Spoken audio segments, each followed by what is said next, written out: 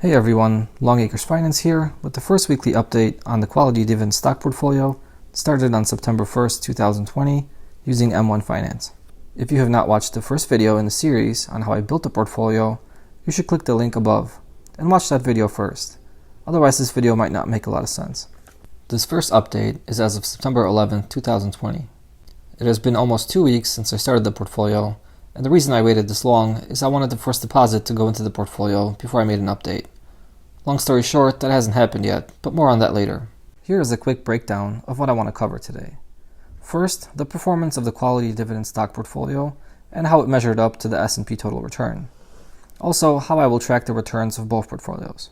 After almost 2 weeks of being live, the portfolio is down 4.5% versus the S&P total return, which is down 4.7%. While the performance is pretty poor, we're beating our benchmark by 20 basis points. I decided to compute the return of the portfolio myself versus using the return that M1 Finance provides. M1 Finance uses a money-weighted rate of return, and I wanted to use a time-weighted rate of return for my portfolio.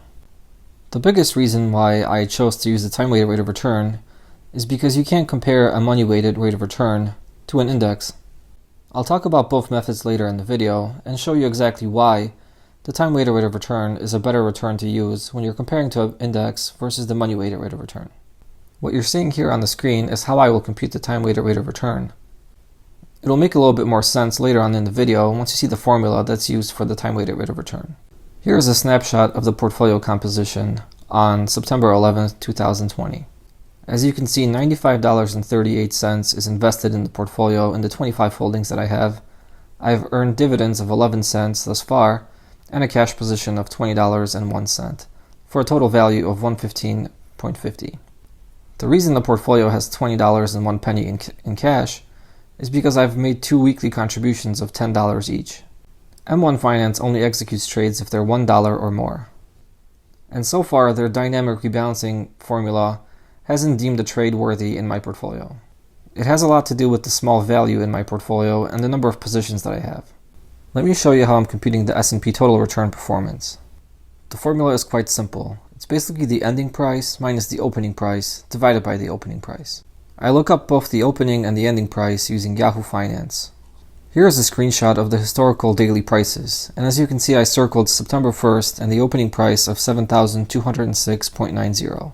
And here you have the closing price for September 11, 2020, which is 6,868.22. So when you take the ending price minus the opening price and divide it by the opening price, it equates to minus 4.7%. Let's move on and review the holdings. Here is a screenshot from M1 Finance taken on my phone at the end of the day on September 11, 2020. You can see the portfolio value of $95.38 as I shown you earlier, the 11 cents in earned dividends, and the total return that they're showing is minus 4.50%. So far, the money-weighted rate of return that M1 is showing is equal to the time-weighted rate of return since only one trade has been executed in the portfolio. Hopefully by the next update, there will be another trade that executes in the portfolio and you can see how this performance will differ. Here is a snapshot of the holdings in my portfolio. As you can see, Graco is performing the best thus far, and Comcast and Lockheed Martin are also up, with the rest of the stocks being down thus far. Here are the rest of the positions. They're sorted by value in descending order. As of right now, the 4 poorest performing stocks are BlackRock, T. Rowe Price, Microsoft, and MSCI. Let's move on and talk about the time-weighted rate of return for a second. Investopedia explains it as the measure of a compound rate of growth in a portfolio. The time-weighted rate of return measure is often used to compare the returns of investment managers because it eliminates the distorting effect on growth rates created by inflows and outflows of money. The time-weighted return breaks up the return on an investment portfolio into separate intervals based on whether money was added or withdrawn from the fund. Here is an example of what the formula looks like. I used the same exact formula to compute my return for my portfolio. The money-weighted rate of return used by M1 Finance is the measure of the performance of an investment.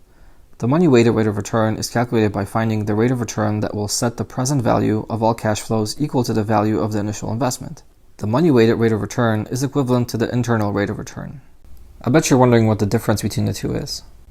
The main difference can be explained as the time-weighted rate of return does not take into account the impact of cash flows into and out of the portfolio, whereas the money-weighted rate of return does take into account the impact of cash flows into and out of a portfolio.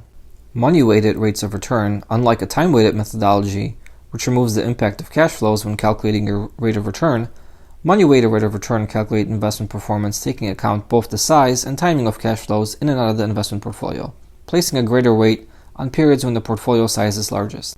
For the vast majority of investors, a money-weighted rate of return is the most appropriate method of measuring the performance of your portfolio, as you, the investor, controls inflows and outflows of the investment portfolio.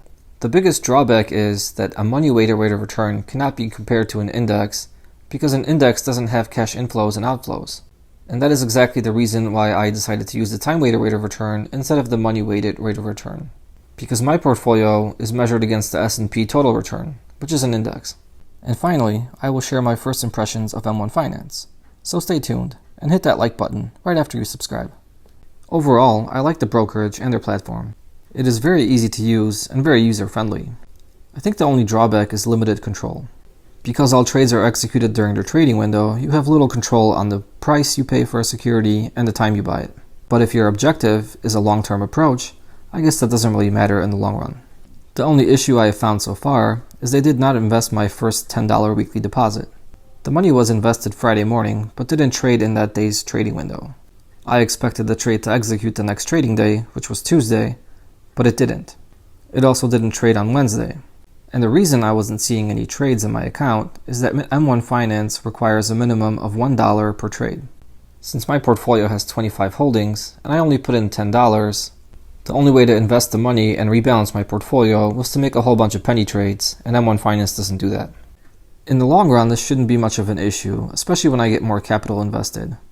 Overall, I would recommend it to everybody, especially if it meets your investing objective. That's it. Thanks for watching. Please subscribe to my channel.